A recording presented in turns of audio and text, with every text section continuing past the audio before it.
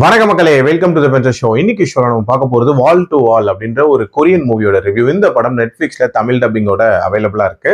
இந்த படம் ஒரு சோஷியல் சைக்கலாஜிக்கல் த்ரில்லர் அப்படின்னே சொல்லலாம். ஒரு அபார்ட்மெண்ட்ல நடக்கக்கூடிய வினோதமான சம்பவங்கள் அப்படின்ற மாதிரியான தீம்ல தான் போகும். எல்லாருக்கும் சொந்த வீடு வாங்குறது அப்படின்றது ஒரு கனவு தான். அதே மாதிரியான ஒரு கனவு தான் நம்ம ஹீரோக்கும் இருக்கும்.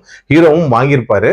வாங்கினதுக்கு அப்புறமாட்டு மிகப்பெரிய ஒரு பினான்சியல் கிரைசிஸ்ல அவர் மாட்டிட்டு இருப்பாரு அப்படின்னே சொல்லலாம். அவர் சம்பாதிக்கிற பணம் அவரோட அந்த லோனை கட்டுறதுக்கு பத்த மாட்டேங்குது.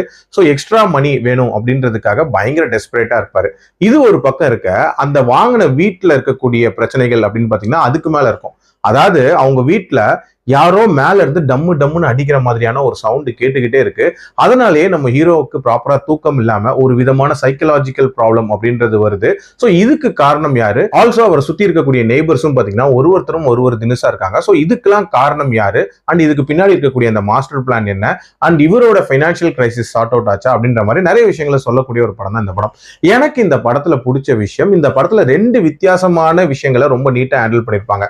ஒரு பார்ட் அப்படின்றது அந்த பினான்சியல் கிரைசிஸை காட்டுனது அப்படின்னே சொல்லலாம். இன்னொரு பார்ட் அப்படின்றது அந்த சைக்கலாஜிக்கல் டார்ச்சர் அப்படின்ற ஒரு போர்ஷன். இதுல அந்த பினான்சியல் கிரைசிஸை காட்டின விதம் இருக்குல்ல, அது ரொம்ப ரிலேட்டபிளா இருந்துச்சு அப்படின்னே சொல்லலாம்.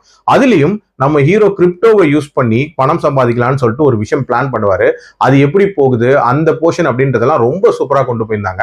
அடுத்தது அந்த சைக்கலாஜிக்கல் பார்ட். ஆக்சுவலா இவருக்கு கொடுக்கப்படுற அந்த சைக்கலாஜிக்கல் டார்ச்சர் இருக்குல்ல, அது எதனால அப்படின்ற மாதிரியான ஒரு கேள்வி ஸ்டார்டிங்ல இருந்துட்டே இருந்துச்சு. அண்ட் அதுக்கு பின்னாடி நிறைய மர்மங்கள் இருக்கும் அப்படின்ற மாதிரி ஒரு மாதிரி இன்ட்ரெஸ்டிங்காவே கொண்டு போயிருந்தாங்க. ஒன்ஸ் அது ரிவீல் ஆனதுக்கு அப்புறமாட்டு இந்த கதை தேவையில்லாம டிராக் ஆகி கிளைமேக்ஸ் வரைக்கும் போச்சு அப்படின்ற மாதிரி இருந்துச்சு. அது மட்டும் இல்லாம பயங்கர கன்ஃபியூஸ்டா அந்த போர்ஷனை நரேட் பண்ணியிருந்தாங்க அப்படின்னே சொல்லலாம். கண்டிப்பா இன்னுமே கிளாரிட்டியோட சொல்லியிருந்திருக்கலாம். அண்ட் ஆல்சோ அந்த போர்ஷன் அப்படின்றது இன்னும் கொஞ்சம் என்டர்டெய்னிங்கா இருந்திருக்கலாம். டியூரேஷன் வைஸ் 2 மணி நேரத்துக்குள்ள கிறிஸ்பா முடியக்கூடிய ஒரு படம். ஆல்சோ மேக்கிங் வைஸ்மே ரொம்ப நீட்டா இருந்துச்சு. பட் இருந்தாலும் அந்த லேட்டர் பார்ட் அப்படின்றது கண்டிப்பா என்டர்டெய்னிங்கா இருந்திருக்கலாம் அண்ட் இன்னும் கொஞ்சம் கிளியரா இருந்திருக்கலாம். என்னோட ரேட்டிங் இந்த படத்துக்கு 3/5. அடல் கண்டென்ட்டை பொறுத்த வரைக்கும் கெட்ட வார்த்தைகள் அப்படின்றது சரமாரியா இருக்கும். ஸோ அதுக்கேற்ற மாதிரி பிளான் பண்ணிக்கோங்க. மீண்டும் அடுத்த விமர்சனத்தில் சந்திக்கிறேன். நன்றி, வணக்கம்.